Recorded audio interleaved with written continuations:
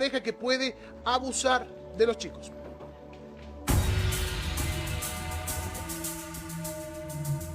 Cuando el violador está en casa, los oscuros motivos de los padrastros abusadores. Para los psiquiatras, explican que se da en personalidades con algún tipo de alteración y perversión, y pese a no haber un lazo de sangre con las niñas, las consideran como un objeto que les pertenece. De ahí a una violación sexual no consentida hay un paso.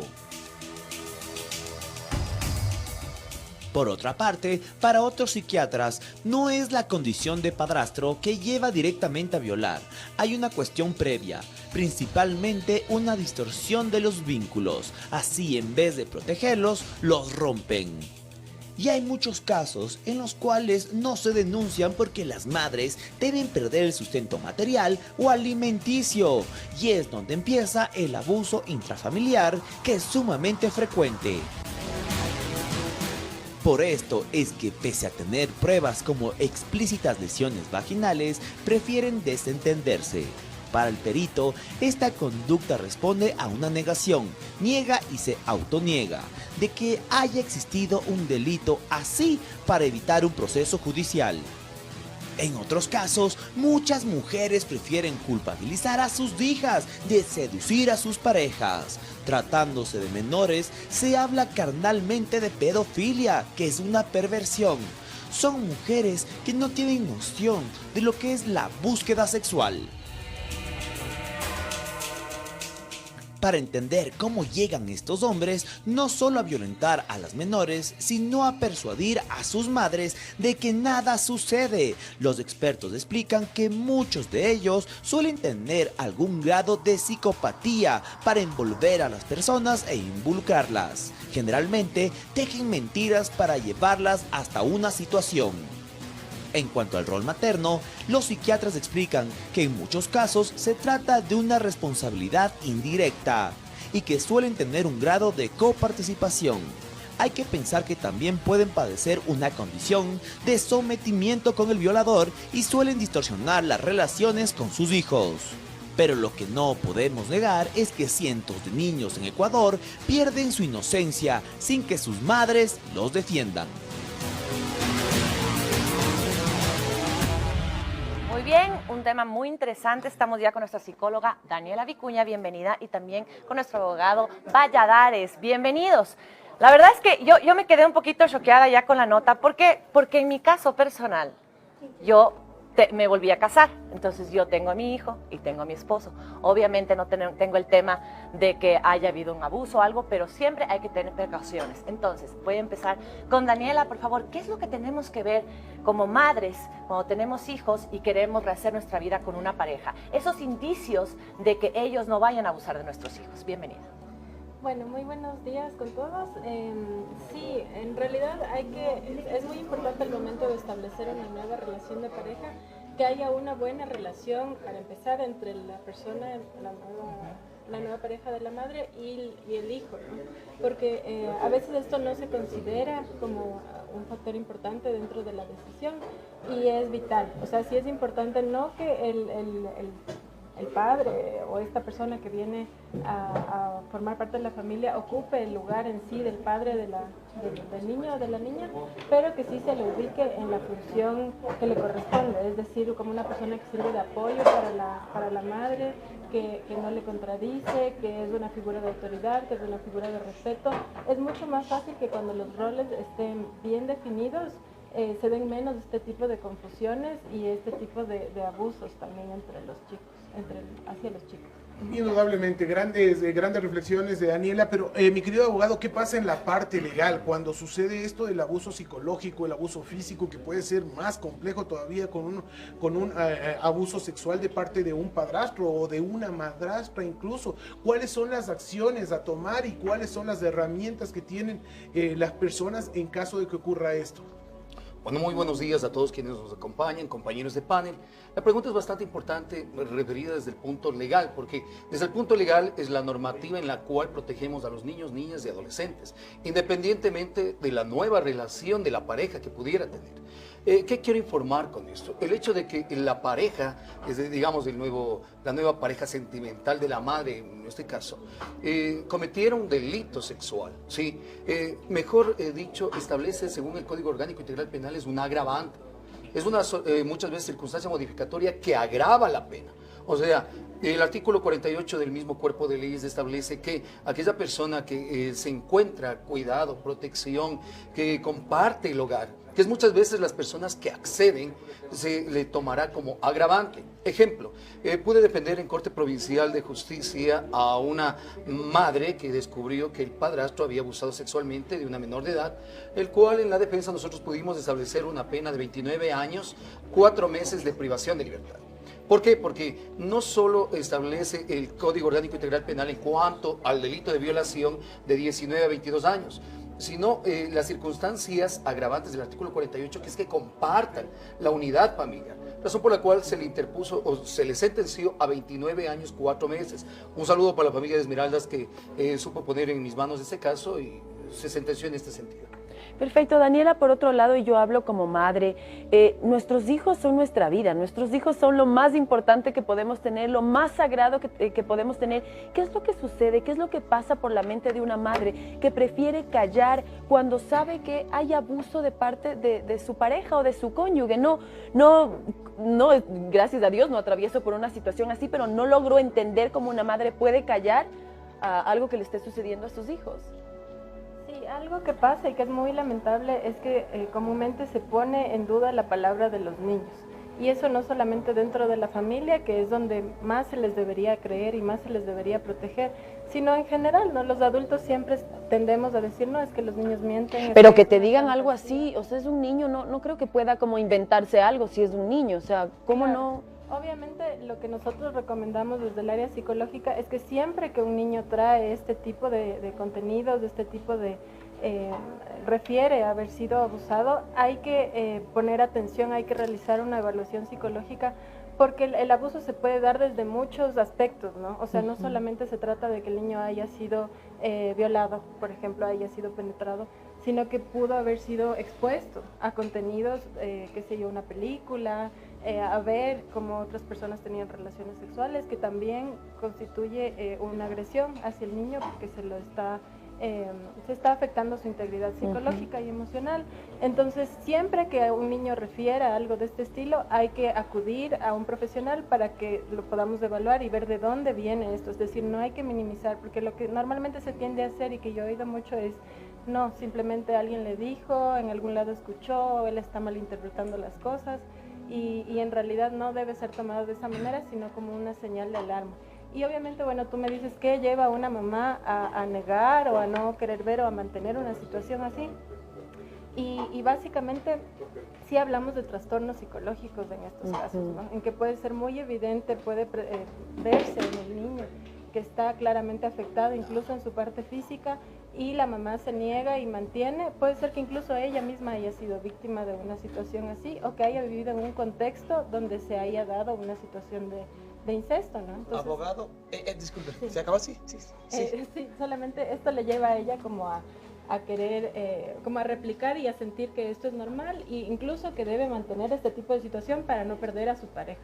Perfecto. Abogado, desde otro punto de vista, ¿qué puedo hacer yo si mi expareja, nos separamos, ella se volvió a enamorar, rehizo su vida y ella tiene la custodia de mi hijo, y yo como el papá del niño entero que su nueva pareja está maltratando al niño, está abusando del niño? Yo como expareja, o sea, como papá del niño, siguiendo que mi expareja está ciegamente enamorado de él y está manipulando toda la información y todo para protegerle, ¿qué puedo hacer yo? Porque también esos niños tienen un padre o una madre que quizás no está en ese momento, están separados, divorciados, pero externamente, ¿qué podría hacer a un padre que viendo eso, que la nueva pareja está abusando de su hijo?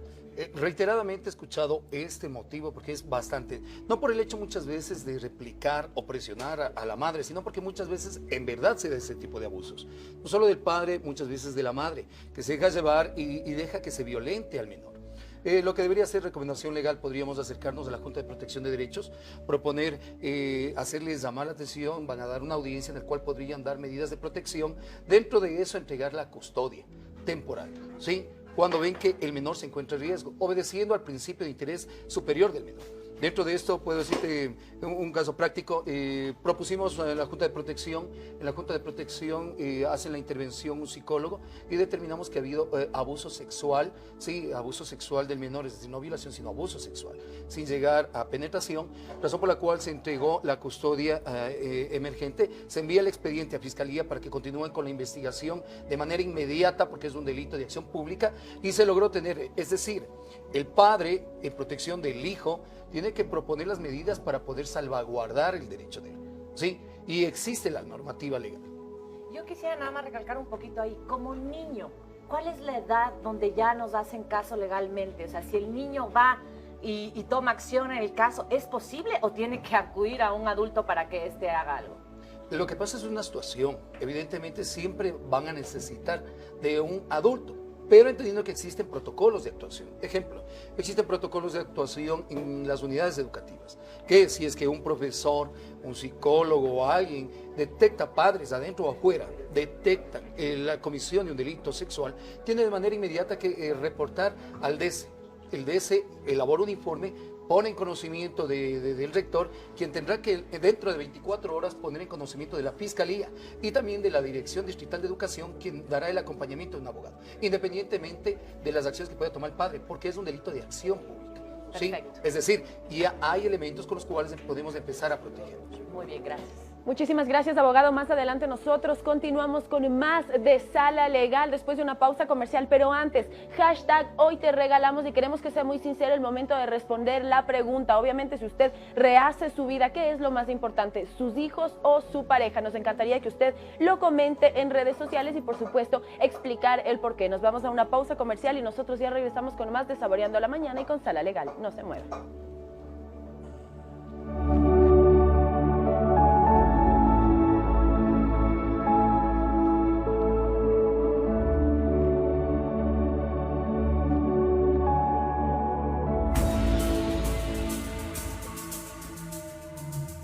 Cuando el violador está en casa, los oscuros motivos de los padrastros abusadores. Para los psiquiatras, explican que se da en personalidades con algún tipo de alteración y perversión, y pese a no haber un lazo de sangre con las niñas, las consideran como un objeto que les pertenece. De ahí a una violación sexual no consentida hay un paso.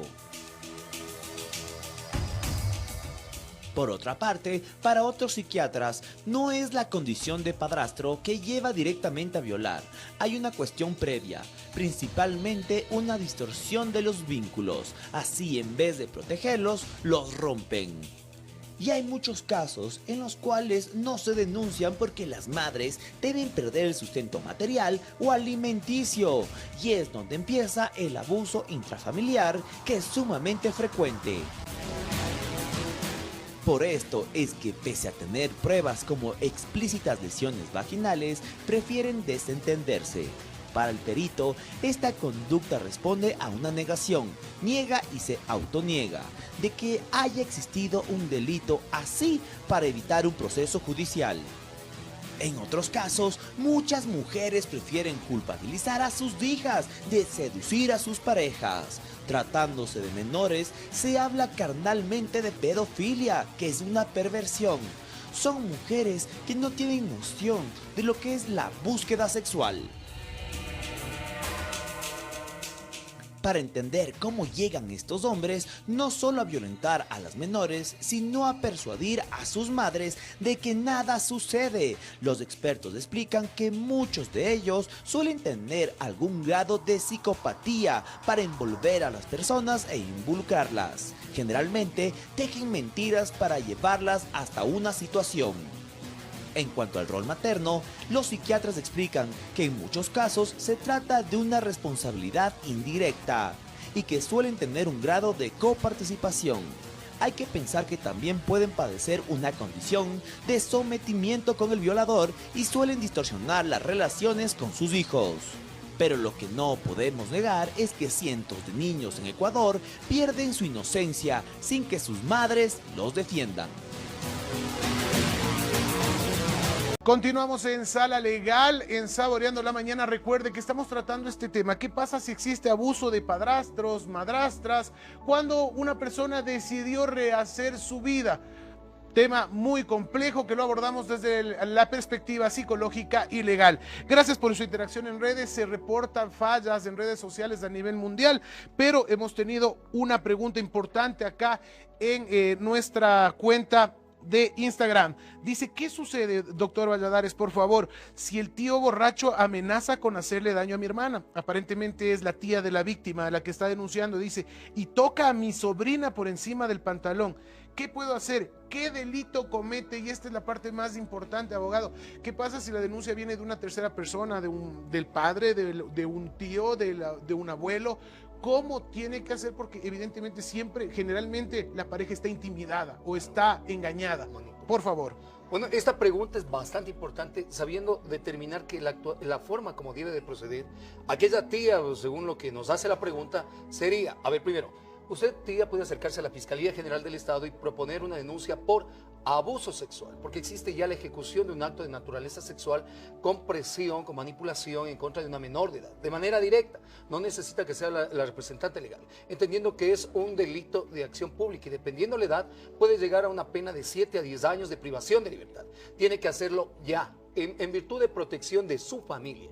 De la misma manera, si es que la madre se encuentra siendo violentada con violencia psicológica, por decirlo menos, en la cual le amenaza, le intimida, que se va a ir, porque muchas veces las madres son víctimas de este tipo de violencia para no poder actuar, ¿sí? En las cuales creen a la pareja y no creen a los hijos. Referente a esto, la propia tía o un familiar puede proponer también una denuncia de violencia psicológica para la madre, obteniendo boletas de auxilio. Siempre sería lo importante someter a tratamiento psicológico para que la madre pueda reaccionar, porque lo adecuado es que la madre defienda a sus hijos, porque muchas veces, como decimos, la pareja puede ser algo momentáneo, pero en cambio no existe ningún procedimiento para poder ser ex hijo o ex hija de una persona, porque los hijos son lo más importante y la piedra angular de la familia y la sociedad. Así es, yo creo que a todos se nos eriza la piel solamente con pensar sobre este tema y sobre la pregunta que nos hizo la televidente. Daniela, ¿qué es lo que sucede cuando ya se acepta, cuando ya el caso está y se acepta que el niño ha tenido o la niña ha tenido pues alguna agresión o violación? ¿Cuál es el paso a seguir? ¿Cuán importante es un tratamiento psicológico en el niño y en la madre? Bueno, es sumamente importante, es una situación que requiere ayuda profesional, que muy difícilmente va a poder ser superada por los propios medios, porque como bien decía el doctor, las dos personas han sido víctimas, tanto la mamá como el niño o la niña, ¿no? Entonces es importante que se rompan digamos, esta sucesión de violencia en la que se puede caer, porque claro, la mamá ha estado dentro de esta relación, esta la podría hacer muy proclive a volver a caer en una situación parecida. La niña, asimismo, en sus relaciones, qué sé yo, con pares o más adelante en el futuro, podría replicar también una situación de maltrato. Entonces es muy importante dejar claro que hay ciertos límites, cuáles serían los criterios bajo los que la madre, por ejemplo, en este caso, podría establecer una relación de pareja, obviamente trabajando en su autoestima, fortaleciéndole, permitiendo que ella pueda también superar todo el daño psicológico que vivió en esta relación de violencia. Y con el niño, como digo, muy importante dejar claro qué es lo que se puede permitir, qué es lo que no se puede permitir, que vuelva a sentir que tiene dominio, control sobre su cuerpo, que no es que es propiedad de cualquier persona que quiera acceder a él o a ella. Y es un proceso largo, en realidad toma bastante tiempo, porque no se trata de revictimizar al niño, a la madre y volverles a recordar, por ejemplo, estos eventos dolorosos, sino de ir poco a poco con el ritmo que esa persona también permita y esté capacitado para manejar. Pero sí es muy importante que se maneje un proceso. Abogado Valladares, una conclusión, por favor, para todas esas personas que nos están viendo, no solo cuando nos volvemos a casar o rehacer nuestras vidas, sino de repente estamos viviendo en familia también y algún papá, mamá, abuelo, alguien de la familia está haciendo el abuso. La conclusión va a ser muchas veces entender que los delitos de intimidad, muchas veces un menor no sale diciendo abusaron de mí o me tocaron, porque la comprensión de la sexualidad es bastante limitada. Empezar a creer en los hijos, empezar a darles atención y cuando exista un indicio, poner la denuncia respectiva. Madres que me escuchan, por favor, y siempre lo he dicho en mi oficina a nivel nacional, por favor, pongan la denuncia de violencia si es que se enteran de algo de esto, saquen las medidas de protección, una boleta de alejamiento, saquen al agresor, porque lo principal es cuidar a nuestros hijos, proceder a denunciar en fiscalía, porque muchas veces estos personajes que se suman son depredadores sexuales que lo único que muchas veces buscan es abusar de una madre sola y de sus hijos. Yo sé que es bastante doloroso porque muchas mujeres que me ven no están preparadas para entender algo que sería hasta traumático. Lo importante es que el Estado, a través de sus instituciones, esté preparado para actuar y cobijar y proteger a los menores y también sancionar a este tipo de infractores. Indudablemente, agradecemos muchísimo la comparecencia en este programa de nuestra psicóloga Daniela Vicuña, del abogado Luis Valladares. Los números de los profesionales los tuvieron en pantalla para que ustedes puedan acudir si tienen cualquier tipo de inquietud. Gracias por prestar atención también a este tema que puede sonar muy duro y muy crudo, pero que se debe topar porque no queremos que esto ocurra. Y recuerde que no solamente un abuso es un acto sexual, un tema de abuso sexual, sino puede ser el abuso psicológico, el abuso físico hacia los menores. Por favor, ojo con esto, no nos quedemos callados. Ni madres, ni padres, ni tíos.